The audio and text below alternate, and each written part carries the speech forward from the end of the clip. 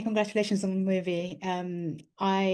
It's actually a movie that I saw quite a while ago, and I was very intrigued by the way, the reason why this was made specifically at this time, at this moment in time, that we know what's happening with women, but ability to access education in Afghanistan. So I'm going to start with you, Nicole. And what was it about this script that made you want to be part of this? Yeah, I think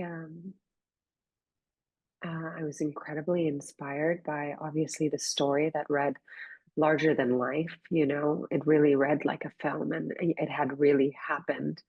Roya's story is so inspiring. I think for young women in the Middle East, she's such an incredible role model. And so I was very intrigued, inspired, honored to be able to tell her story. Roya, there's such a fascinating story, and you have a fascinating story. Really, if anyone will look you up online, you have done so much in a very small amount of time already. Was it difficult for you to sort of accept or sort of be involved in this and wanting to tell your story or wanting to tell the story of these girls who had so much potential in a country like Afghanistan?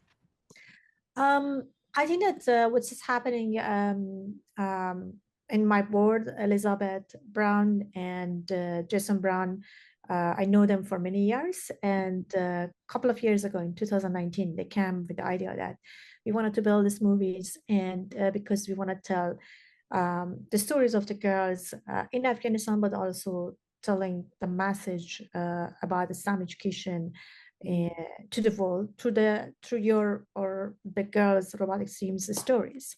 So we discussed, and then we agreed, and then that's how I met with Bill, and we had the conversation, and everything just started from that. And obviously, I was mostly involved in the behind of the scene, and my sister Lahe and also the other girls, they helped with the writing the script with the writers, and to just understand the context, the emotions, the challenges, and the dreams that shape it our robotics teams. And I think that for us was is that the film capture not just a drama of events or competition, but also the heart of our work, the quiet resilience and the curiosity, the creativity, the humor that the team had, and in most difficult events.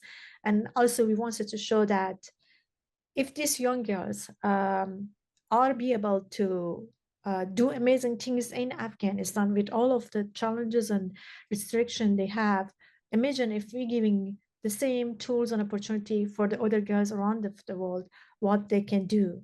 Um, yeah, I mean, I'm glad that it was a beautiful experience, and Bill, the director, and the cassette, and Nicole, and everyone. I think that they approached the film with so empathy and respect, and and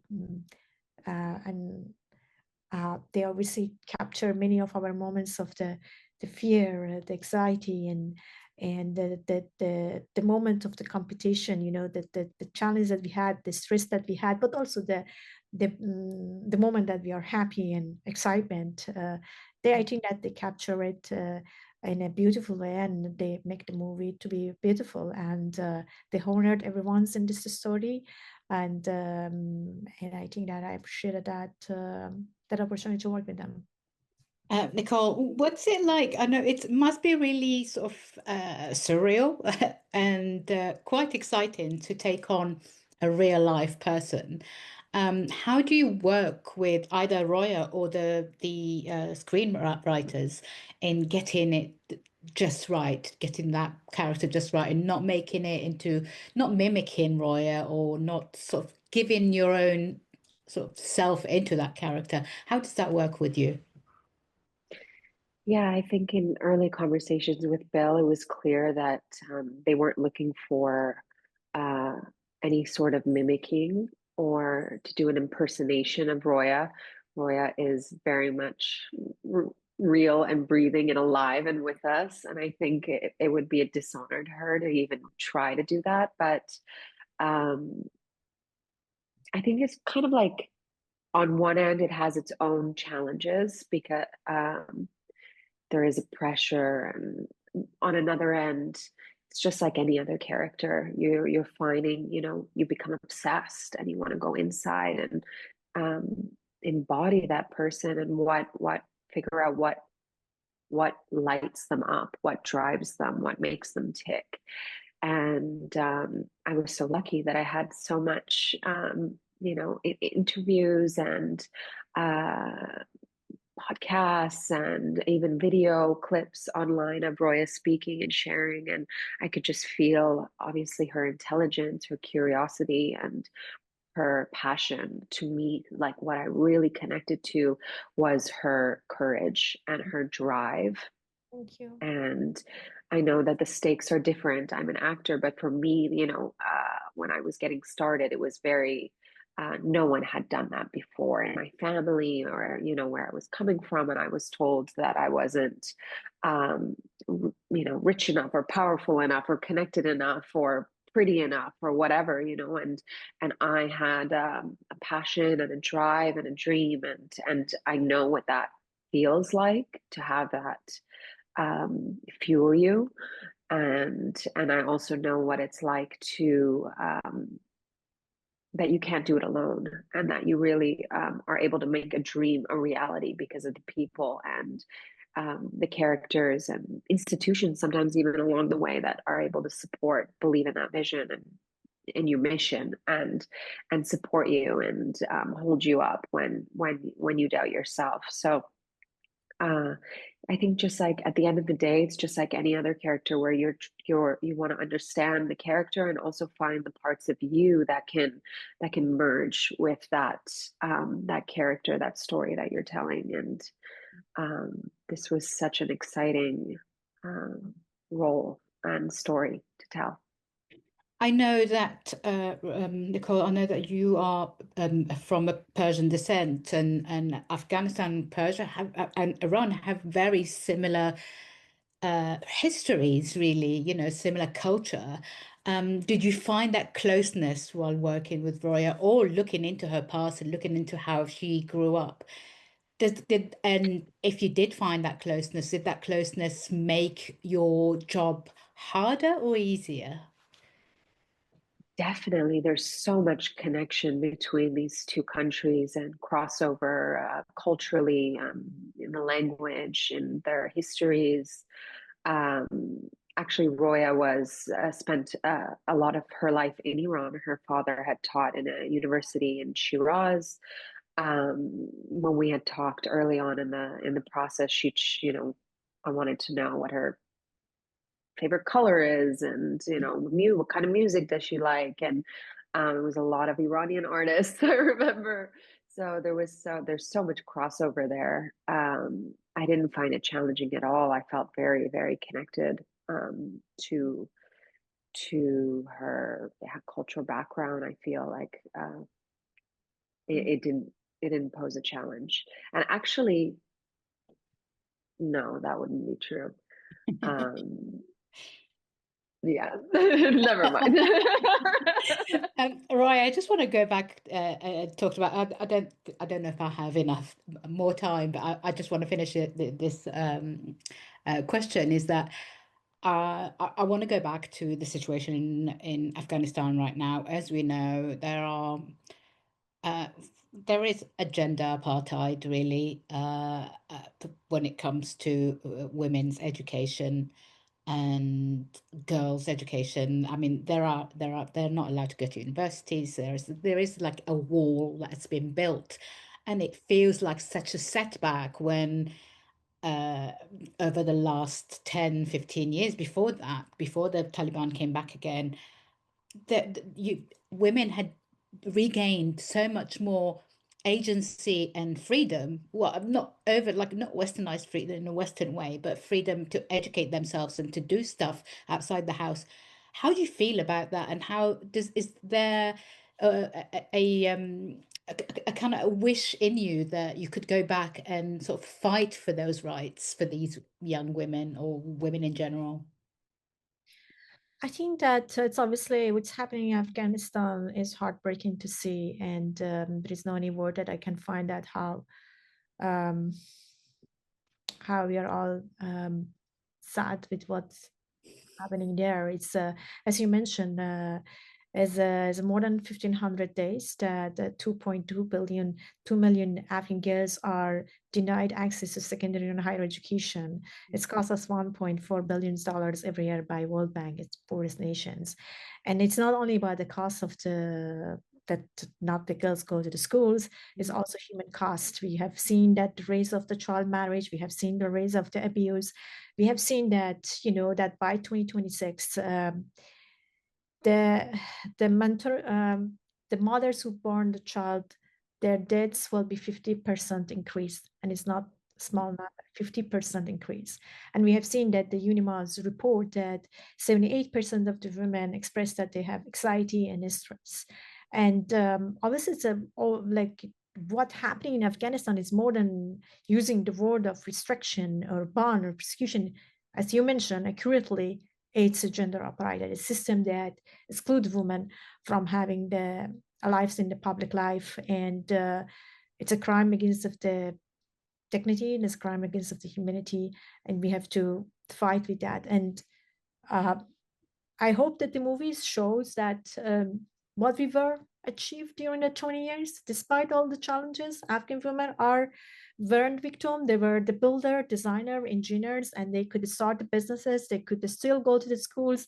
You have seen that the men's in the movie support as a brother, as a teacher, as as someone who has even owned a coffee shops, and as a brothers, everybody support that. And what we achieved today is gone because a small group of extremists get in the power. Yeah. And I hope this message will be clear that the talent is universal, but opportunity is not. And obviously, we had before one step to show that STEM education is important and women should be part of that. And if Afghan girls are capable of doing that, I was hopeful that the other girls also get interested to robotics and STEM. But today I'm behind. I mean, still I want that say the same message, but also I want that this message also be clear that the Afghan women are capable and they are talented. But today, small groups taking all of their rights, and we have to fight for that, because hope is something that we can create it through the action. Thank you. What can we do as an outside observer? Is that because there is always accusations of being having Western eyes into like looking at things with Western eyes. Is there a way that us women, feminists outside of the Middle East and outside of the area, the region, can help without being accused of that? I think that they're trying to accuse because they don't want anyone's coming to support. What is happening in Afghanistan is not a cultural issue, is not a conservatism. As I mentioned, it is a crime against of the dignity, is a threat to the peace, and because of what's happening there, I think it's important that we call out the Taliban's and their cruel regimes, and we needed to fight because it's the same fight. This is a right to exist in the public life, and I hope that everyone name it, and making sure that. We call it gender apartheid. We don't need to call it as restriction or ban. This is more than that. And I think that everybody who saw what's happening in Afghanistan, making sure that telling the stories of the Afghan girls, what they have been and what they are capable of that, and what's happening in Afghanistan is called gender apartheid, and making sure our policymakers knows about that and they don't recognize Taliban. And until that, we can get our rights. And I think that we needed to also put a ban and as well like sanction on the enabler of this type of the extremist group when they are in the power, and if they are trying to do a gender apartheid and be cruel to the woman, and they totally take the rights of 20 million, they should not be recognized or be freely travel. And I think that all of us, if we're giving our voice together and joining this movement against of the gender apartheid regimes, either in Iran or either in Afghanistan, we can do bigger things. So that's what I want to say. But also, anything you can do, whether provide education, provide help girls to get access to internet, and mentor girls. Even every small action could be count. So that's all I can say. Thank you so much, both of you, and congratulations again. And I wish things weren't as depressing as they are, but yeah, it's a great movie, and I really look forward to see what other people think of it. It's so yeah, thank you so much. Thank you. Thank you so much. Ladies and gentlemen, you're watching Hey You Guys! Hey, you guys! Hey, you guys! Hey, that's what they all say. Hey, you guys! Hey, you guys!